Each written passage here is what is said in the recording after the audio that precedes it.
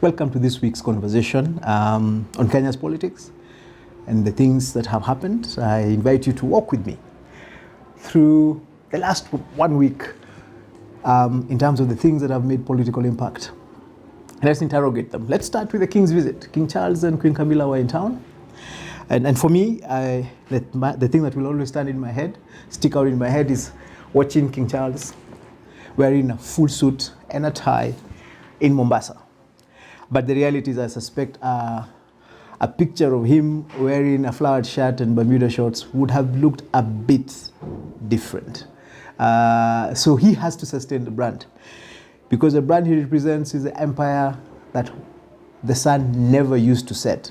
And literally, it was a literal saying. I mean, the empire was so large that as the sun was setting on one side, it was rising in another one. So part of the problem, and when you see us having this conversation about the sun never setting and the empire being that large, and appreciating where England has come from, and maybe also appreciating why the king being in town was such a big deal for us as Kenyans, is that history.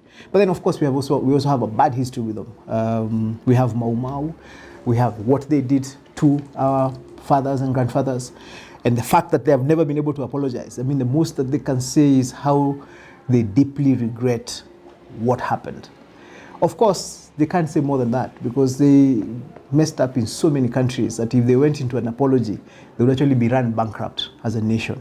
They've got so many parts of the world that have a problem with how there's so many parts of the world that have a problem with how England and the leadership of the British treated us in the past, that if they were to start apologizing and compensating people, they would actually literally be run out of town. But why was it important to have King Charles and Queen Camilla in town? First, this was the first Commonwealth country they visited since the king ascended to the throne. That's a big thing. Of course, one of the things the British are very good at doing is what is called soft power. They, unlike the Americans who are out there in your face, the British, because I guess they also don't have that much power anymore, have learned how to do soft power. They learned how to reach out, how to socialize, how to humble down and just make you feel important in their presence. And you could see that with King Charles throughout his visit.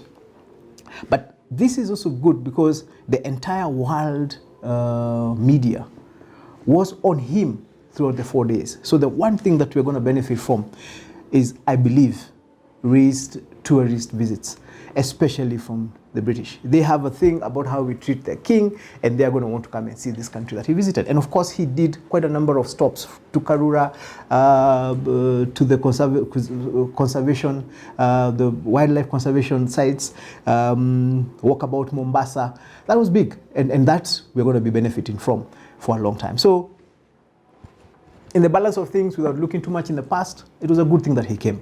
And I think also this opens up avenues for conversation and investment from the British to our country, which is one of the things that President Ruto has been pushing for. One, I know people are beating him up because of the visits. What people don't remember is that he has traveled 39 or 40 times, but he has also hosted 37 or 38 presidents during that period. That is a big thing. And especially if you're hosting or traveling to make people think about this country and to sell this country as an investment destination. Let me tell you, if there is nothing else he achieves in doing, if he can sell Kenya as an investment destination, the government cannot employ everyone. If you can get more and more companies to come and invest here, what is happening is that they're employing people from here, and that is what we would want. So that's brilliant. My main point for today, unity calls. You know, I have been thinking about a lot of the media conversations have been about regional kingpins and conversations about regional unity. And let me tell you, President Ruto is sitting in a very, very good place as far as these unity calls are concerned. First, his principal assistant, Deputy President Rigathi Gachagua, is working day and night to unite the Mount Kenya region behind President Ruto, right? That's an obvious. I mean, we all know that is happening, and we have a few people complaining about it, but that's a fact. So we've got Deputy President Rigathi Gachagua working to unite Mount Kenya behind President Ruto. You have Prime Minister Prime CS, Cabinet Secretary Mudavadi, working day and night with Wetangula and other leaders from Western to unite Western behind Ruto. Then you go to Raila Odinga.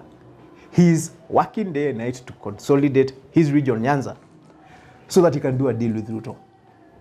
Then you go to Kalonzo. Kalonzo is working to make sure that he doesn't lose the Kamba vote and the lower eastern vote because he wants to work with Ruto. So this is an interesting place for President Ruto to be, where everyone is actually working and consolidating so that they can come and work with him. And it's part of how you understand how brilliant President Ruto actually is politically. He has put himself in a position where everybody actually wants to work with him. And it's going to be interesting to watch over the coming days, because now what we're actually seeing is competition of who has the biggest vote block, who has the biggest unity conversation, who has the biggest unity team, or the biggest team to bring to the president, right? Why is this important? First, governments can't do everything, right? Even in a region, you will realize that when a leader comes to a place and asks, what would you like us to do for you as government? You can have a lot of varied voices coming up with their own ideas, but he tends to listen to the voice that represents the biggest group. And that is why it is so important for groups to think about how to unite and take their petitions to government, whether it is Mount Kenya or the rest of the regions across the country. When you have a consolidated voice, it's easier to you get more, you go further, you get more respect, you get heard better by government. So I am 100% behind the unity bits are coming together, because part of it is that you're actually uniting the country. We are bringing the country to the center, whether it is Western or Nyanza or Coast or Mount Kenya or Nairobi. Everybody is working towards the center, and that is a good thing. We all say, oh, we should all unite as a country, but you unite from somewhere. You start from the family going up, as we talked about the social theory some time back. So what we're seeing, this competition for unity around and behind the president, is actually a good thing. And it's a good thing for the president. It makes it easy for him to work. It makes it easy for him to deliver to the various regions. It makes it easy for him to engage the various regions. So I am all for regional unity towards a national conversation. So anyway, that's all I have for today. All the best. Let's see how this coming week looks like. Always welcome to Rware. We're always happy to host you and accommodate you for food, for conference facilities, or for accommodation. God bless you. God bless Kenya.